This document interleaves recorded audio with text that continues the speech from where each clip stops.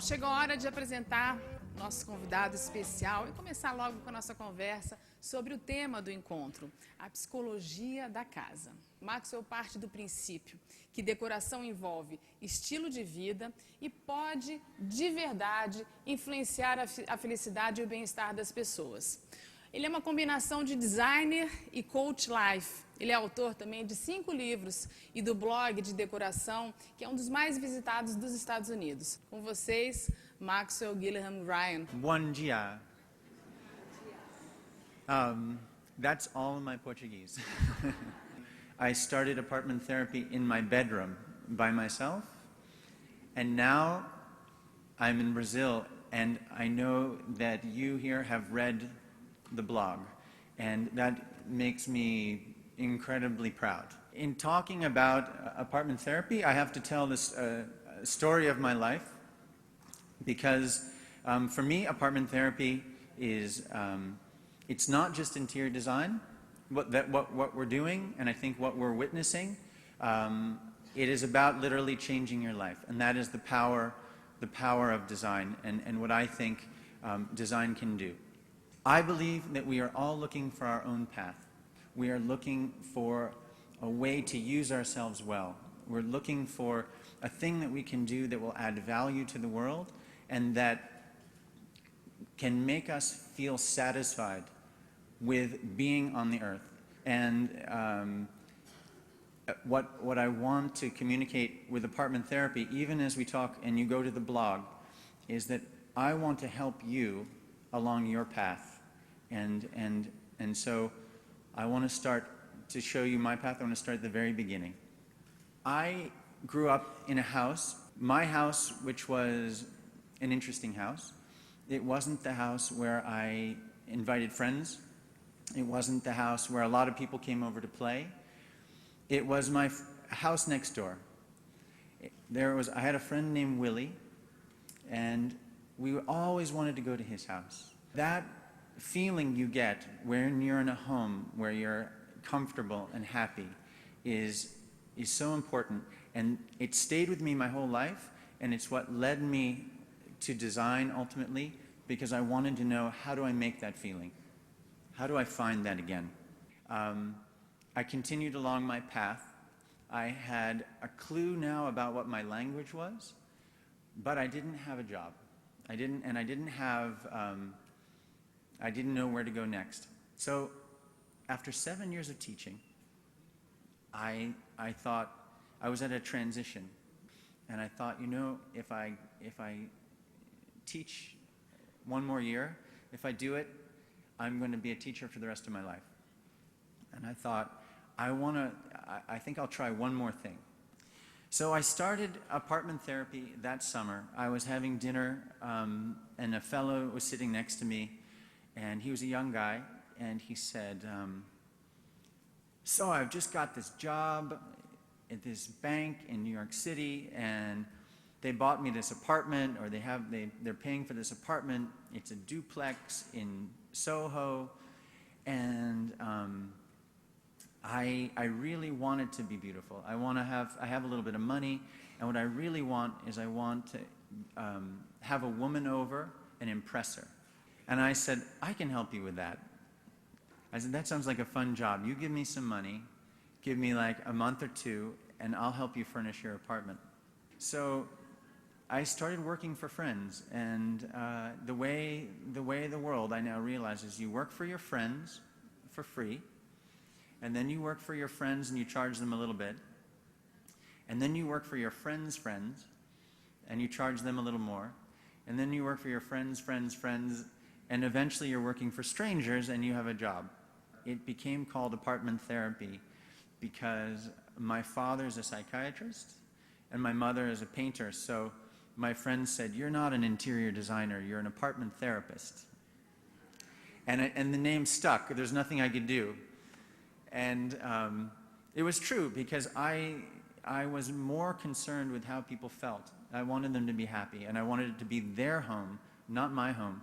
And so it was really a very appropriate name. I all of a sudden had a lot of work.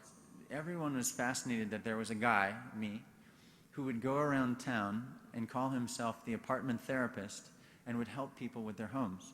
And it was apartment therapy, because what I really wanted, I didn't want to come and do the work for you and then leave. I wanted you to do the work with me so that you could do it yourself, and you didn't have to ever call me again if you didn't want to, because your home was your own. When I had hired assistants, I thought that the assistants could go and talk with my clients, but the clients never want your assistant. When you're an interior designer, they want you. You're the artist. So I realized I needed to figure out a way to communicate with more people, and if I went door to door, I would die, literally. So the book, I wrote the first book, was how to do it yourself in 8 steps. But that was just the tip of the iceberg. In 2004, my brother came back from working in California, and he came back to New York, and he said, you know, there's these very cool things called blogs, and you should check them out. And that changed everything.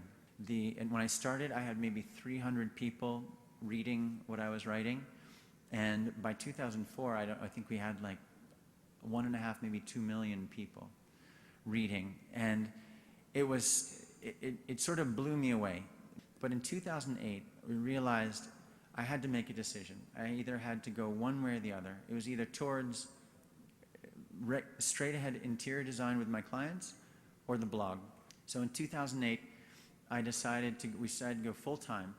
And in January, I quit working with my clients, and I hired 5 closest people full time, and we began blogging all day long.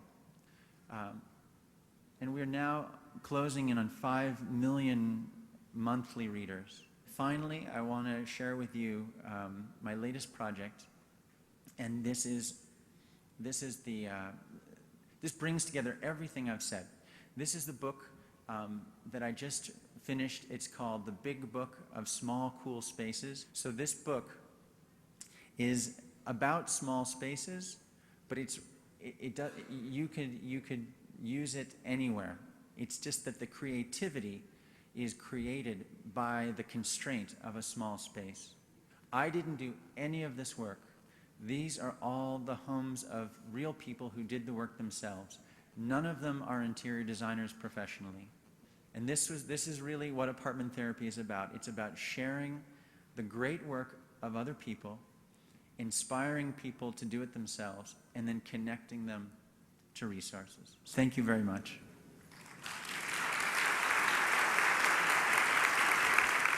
Vamos seguir aqui com o nosso evento.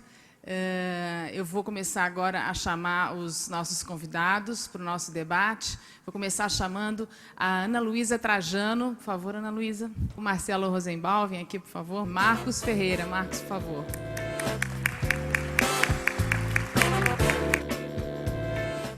Todo mundo sabe que sentar numa mesa para comer, ou mesmo ficar numa cozinha, num ambiente, né, como a cozinha, a família reunida ou um grupo de amigos, é sonho de consumo do brasileiro. Você tem no seu imaginário uma cozinha ideal? A cozinha é o centro de uma casa. E na minha casa não é diferente, né? Agora eu estou mudando de casa, mas minha cozinha ela é amarela, então ela é muito colorida, e ela é dentro da sala. Porque apesar de a gente cozinhar nos nossos restaurantes, todo domingo à noite a gente recebe os amigos em casa. Então, eu acho que muito mais do que se é grande, pequena, se é colorida ou coisa, ela tem que ser aconchegante e apetitosa. E apetitosa, e com gosto de receber. Não é pôr naquele cafezinho e tirando, né? Tem gente que você chega, põe um café e já tira. Né? Marcos, uma pergunta para você. Essa responsabilidade de trabalhar para pessoas que estão montando a sua primeira casa, porque a primeira casa é uma loucura, né? É difícil, né, traduzir isso e botar e dar forma a isso. Como é que é? Eu acabo me preocupando muito mais quando eu vou desenhar, né, os sofás, as poltronas, que é o que eu assim, tenho uma liberdade maior assim, para fazer, em tentar imaginar qual é a contribuição que eu vou poder dar para essa família ou para essa pessoa, seja, né, casada, solteira. Que tipos de objetos tornam a casa mais feliz? Eu acho tão pessoal, acho quase impossível um objeto deixar uma pessoa feliz. Eu acho que tem a memória, tem que ter a ver com ela, né? Para deixar feliz tem a ver com ela. Assim, que também tem alguma conexão com a história da pessoa, né? Ou seja, ou que ela trouxe de alguma viagem. I would add to that, I think happiness at home is the intersection between beauty and comfort. So if the sofa is not comfortable, you're not going to be happy. But beauty is important too. And there are elements to beauty that I think stand out very strongly. I think we mentioned them. Artwork. As the more I work, the more important I think art is. Because there's something aspirational about it that is hard to explain. It's very powerful. And then color. Color is the easy one. People love color. This chair is happier than that chair. But it may not be more comfortable. Yeah. But color, as a designer, is always a great way to lift the spirit. Como adaptar esta realidade do faça você mesmo para o Brasil, que culturalmente é tão distante? Só vai ter essa coisa do it yourself, né? Faça você mesmo, a partir do momento que as pessoas tiverem autonomia, né? Informação, que é uma coisa que nunca aconteceu, né? I think the two things about do-it-yourself, there's two issues. There's one issue is economic. Can I afford it or can't I? If you don't have any money, you have to do it yourself, like you said. The other issue is expression. And the other reason to do it yourself is because no one can do it for you. Because you can't explain it, and you just have to do it yourself. And that, I think, is the interesting one, and I think the one that's changing.